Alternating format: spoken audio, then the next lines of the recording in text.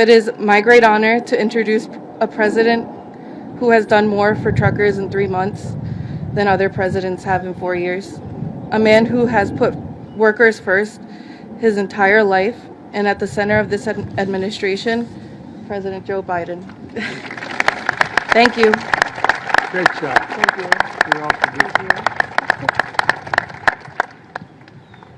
I think she can do anything she wants, don't you?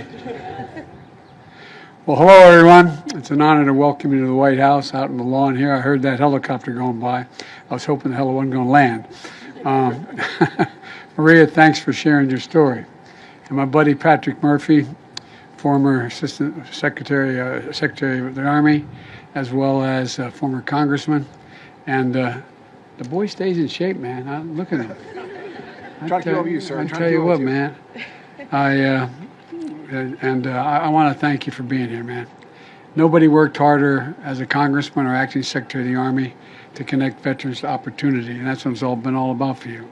And I want to thank another veteran who knows a thing or two about laying the foundation for good jobs and transportation sector, Secretary Buttigieg.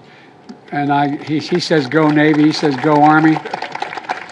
I used to say go Navy, but then my son got a Bronze Star in the Army, and I decided I couldn't say it anymore. So I just say go American Forces. Anyway, I also want to recognize he couldn't be here today, but Marty Walsh, the Secretary of Labor. And he's doing an outstanding job helping to lead this effort alongside Pete, Secretary Buttigieg.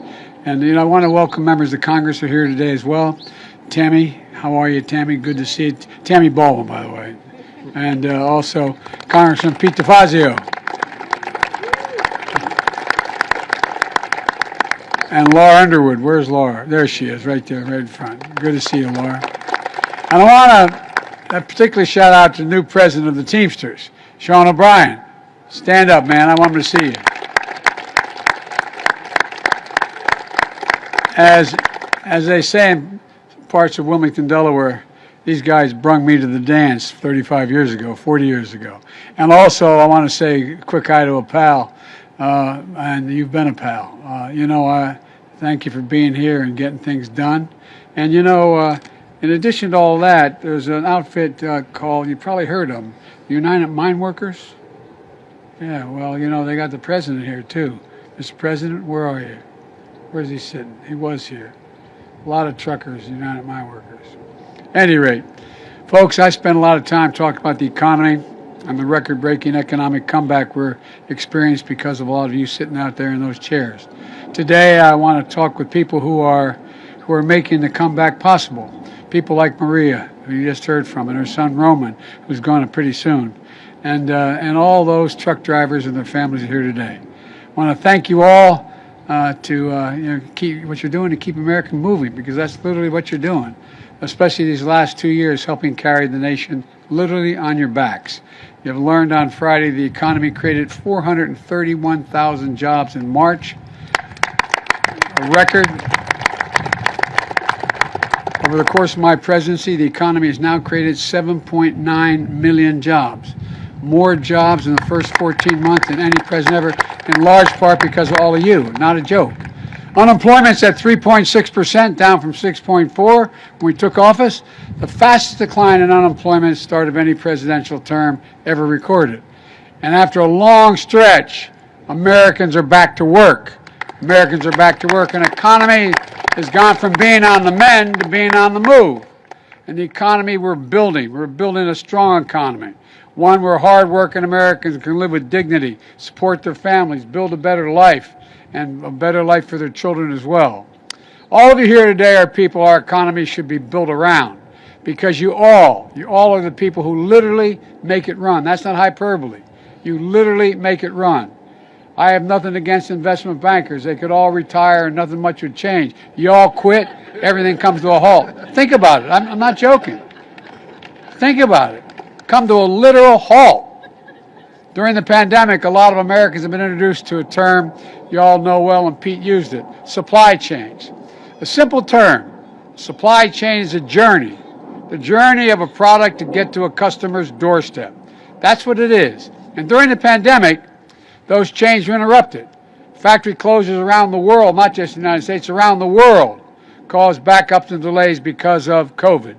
At the same time, because of the strength and speed of our recovery, Americans had more money in their pockets than they had in a long time. During the pandemic, they wanted to spend that money not on restaurants or vacations, which are now coming back as well, but on hard goods. They wanted home improvements, televisions, automobiles, things that had to be transported. The very products that slowed down by disruption of the supply chain. Demand was high. Supply was interrupted. And the recipe for higher prices and long delays. That's exactly what we saw not only here, but all around the world. So we knew we needed every tool at our disposal to address the problem. And the best way to do it was to invest in people who make the supply chain run. Trucking moves about 70% of all the goods in this country.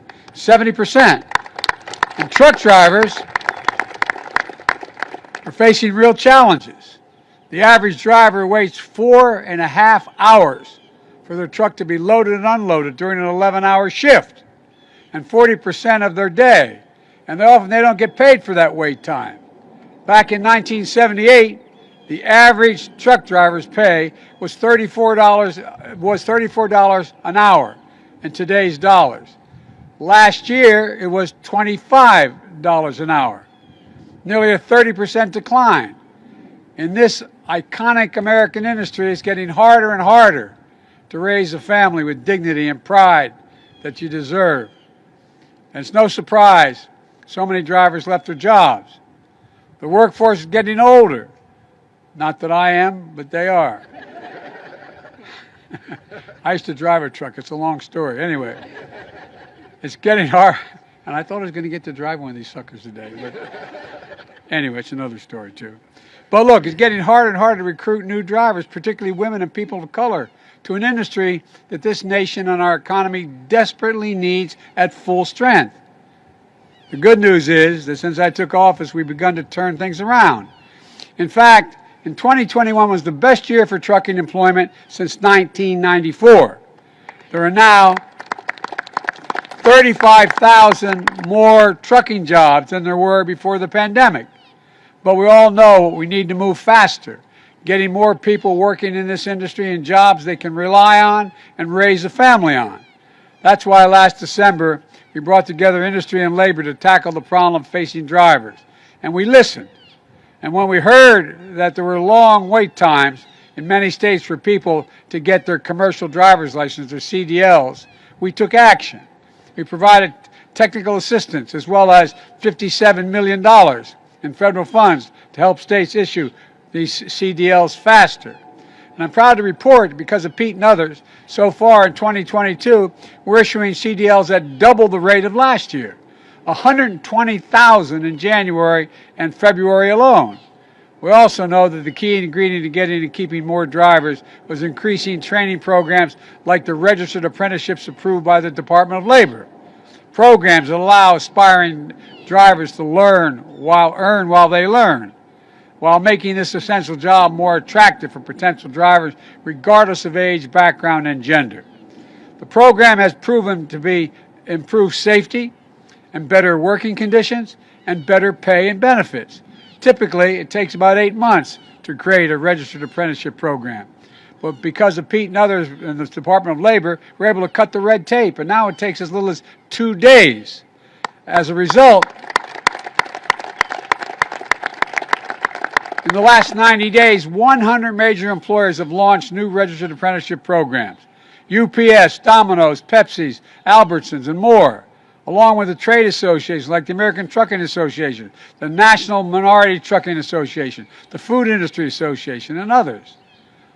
What that all adds up to is a strong foundation for the work ahead, a pipeline of hard-working men and women from all backgrounds, highly trained and highly motivated to get behind the wheel, including a whole lot of veterans, thanks to the Veterans Trucking Initiative known as Task Force Movement by Patrick Murphy, led by Patrick Murphy. And by the way, I'd say parenthetically, If you can handle a tank, if you can handle an armored personnel carrier, you sure in hell can handle one of these suckers. And an awful lot of well-known people also. The idea, I remember, I'm going to digress for 1 second. I got a commercial license because my dad used to run an automobile agency.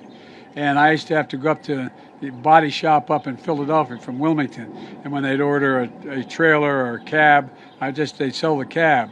And so I had to have a license to be able to drive it up and back. And so during the trucker strike years later, when I was a young senator, there was a guy who ran steel from Deemer Steel out to Ohio. And so I decided to ride out with him, see what it was like on the strike. And I was driving, going through Shiloh, Ohio. And his handle was Big Ten. And remember, everybody, all the truck stops were being blockaded at the time during the strike. And he called. He said, Big Ten wanting to come in. I forget exactly how he said it. And the only woman truck driver I ever knew I met that day, she said, "This is Big Mama, no room." Swear to God, true story. Swear to God. He said, "I've got a United States Senator driving my truck." She said, "I got the damn president in mind, so what?" I'll never forget that. I was a very powerful guy. Anyway, that was the first woman trucker I met. But look, the labor and transportation departments are working closely with industry to tackle issues facing women in trucking, recruit and retrain more women drivers, so we can draw more Americans to work with increased wages, reduced wait times, and improved safety, and so much more. Folks, there's a heck of a lot more we have to do. A lot more we have to do. Secretary Buttigieg has laid out some of the steps we're taking to make these jobs more attractive for more Americans. And it's all centered around listening to you, the drivers. Look, we've got to keep it going. We're building a better economy around American manufacturing and American supply chains. And thanks to the infrastructure law, and it wasn't my law, it was a bipartisan, one of the few great bipartisan things we've done this year. We're making the largest investment in American roads and bridges since literally the creation of the interstate highway system. And that means a bright future for American trucking. This country will be counting on you more than it ever has.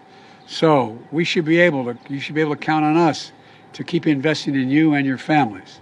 That's exactly what we're going to do. I'm looking forward to all the progress we're going to make together. I want to thank you all. Thank you for being here. Thank you for what you do. Thank your families, and may God bless you all, and may God protect our troops. Thank you, thank you, thank you. What do we do now?